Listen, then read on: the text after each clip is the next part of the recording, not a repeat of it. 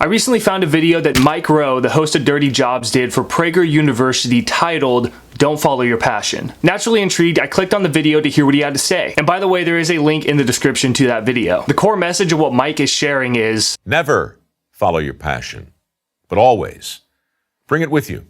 Personally, I love that message, and later I'm going to share with you why it resonates with me. But while Mike does have some great examples and perspectives, there are some things that I don't fully agree with in his video. And that's what we're going to break down today. So let's dive in. Now, if you've clicked on this because you're not really sure what your passion is or how to find it, or you hear people say that you should follow your passion, that you shouldn't follow your passion, and you really just want to find a career that you genuinely enjoy. Maybe you're considering being an entrepreneurial type. Should I start an online business? Should I go for an online business? Even if I did, what would my idea be? What would I sell, and how would I sell it? How would I actually get customers? If these are the questions running through your mind, my 5-step guide will answer all of them. I'll help you find your profitable idea along with the target audience that's actually going to find that idea valuable. I'll teach you how to build a business on generosity and explain the best type of digital product that you can build and how much to sell it for. And I'll show you a simple system for you to sell that product on autopilot 24/7 without having to pay for ads, unless you want to do that. Now, I've seen people use this system to build 5, 6, or even 7-figure businesses online. To get your guide, just go to profityourknowledge.com/guide, or there's a link in the description as well. So Mike opens up by explaining how he cringes when he watches the Oscars and these people go up with their trophy in their hand and they're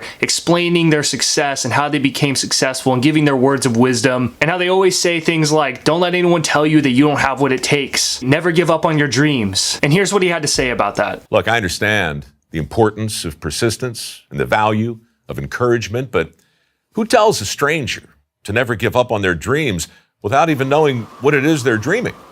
I mean, how can Lady Gaga possibly know where your passion will lead you? It's a pretty valid point. I think when people share the message of always follow your dreams, they're typically thinking from a place from inside themselves, when not everybody else has the same ambition or same dream that they do. It's easy to think that people are on the same page as us when we could be passionate about becoming a singer or a business owner of some kind, while that other person could be passionate about hanging out and eating pizza. Personally, I am a true believer that if you can conceive something and believe in it, you can achieve it. But Mike follows up with a really great example about American Idol contestants. Year after year, thousands of aspiring American Idols show up with great expectations only to learn that they don't possess the skills they thought they did. What's really amazing, though, is not their lack of talent. The world's full of people who can't sing. It's their genuine shock at being rejected. The incredible realization that their passion and their ability had nothing to do with each other. Now, dovetailing off of what I said earlier about not really knowing what somebody's truly passionate about, they could be passionate about being an award-winning singer or achieving some entrepreneurial success. But what's amazing is how people think that if I can just be passionate about it and just think about it, it's going to happen. And they don't truly understand the amount of work and resilience and skill building that goes into acquiring great success in a specific area. Like, I'm passionate about playing drums, but I am not the best drummer in the world. I do love playing drums. I'm in a band and we do well, but to be like a Dave Grohl takes a different level of commitment. Mike goes on to explain the skills gap. Right now, millions of people with degrees and diplomas are out there competing for a relatively narrow set of opportunities that polite society calls good careers. Now, meanwhile, employers are struggling to fill nearly 5.8 million jobs that nobody's trained to do. This is the skills gap. It's real, and its cause is actually very simple. When people follow their passion, they miss out on all kinds of opportunities they didn't even know existed. Chances are you want to find a career or start a business, do something that you're passionate about so that you can never work another day in your life, which is bullshit, by the way. Life has so many peaks and valleys and curveballs that come flying at you and stop signs and roadblocks. And no matter what career path you pursue, you're going to hit those walls. Take me, for example. I left a career in construction, a very lucrative career, by the way, to start an online business. I wanted to do coaching. I knew that I loved teaching. People always told me I was a great teacher, that I was really good at helping people, and I realized that I could turn that into an online business. And in my coaching institute, I saw so many people with great success in a short amount of time, and I figured I'm gonna be that guy. I can make 6 figures in my first year. Yeah, okay. After that first year went through, I did not make 6 figures. I did make about 20K in my first year of coaching, which is still pretty good. I did not realize the amount of external and internal work I had to do to become skilled enough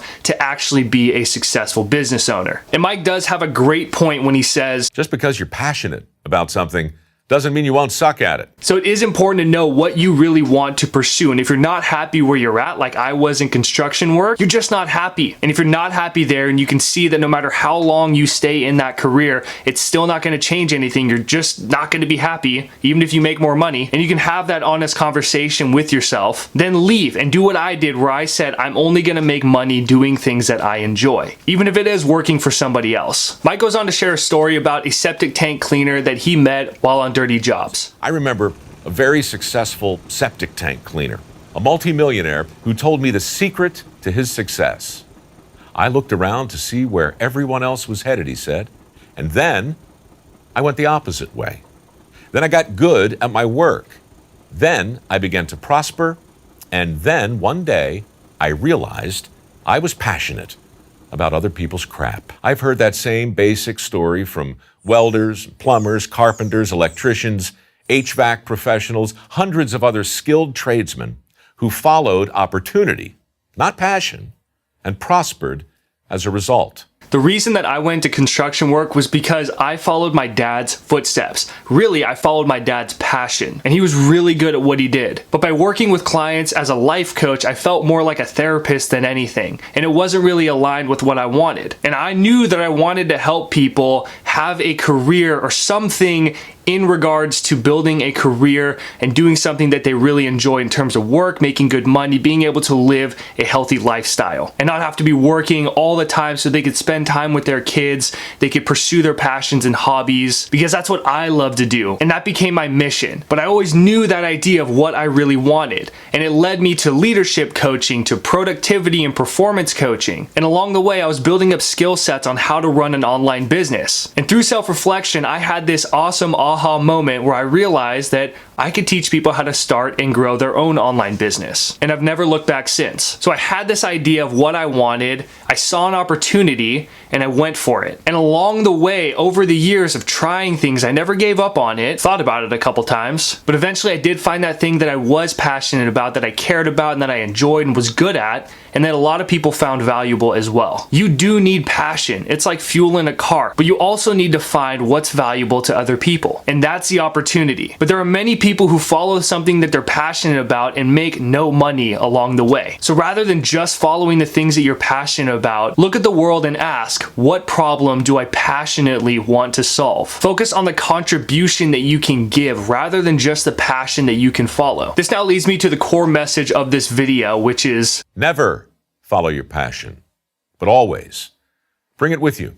Like I said before, if you're not happy where you're at, you can change it, just like I did. Look to something that seems intriguing to you or try it in your spare time. But if you're not happy, try more, do more. Because the more that you do, the more you find out what you like and what you don't like. And always remember to be open to the shifts and changes that come along the way. If you really want to make money doing something that you're passionate about, pay attention to the opportunities all around you. Look for the problems that you can passionately solve. In the words of Zig Ziglar, you don't have to be great to start, but you have to start to be great. Now, if you passionately know that you don't want to work a 9 to 5 and that you'd love to start an online business teaching people stuff that you know, you have to start by finding your profitable idea, which is exactly what I show you in that last lesson. So let me know down in the comments what you agree with, what you don't agree with from my video or from Mike's video as well. And remember to download your 5-step guide. I'll see you in the next one.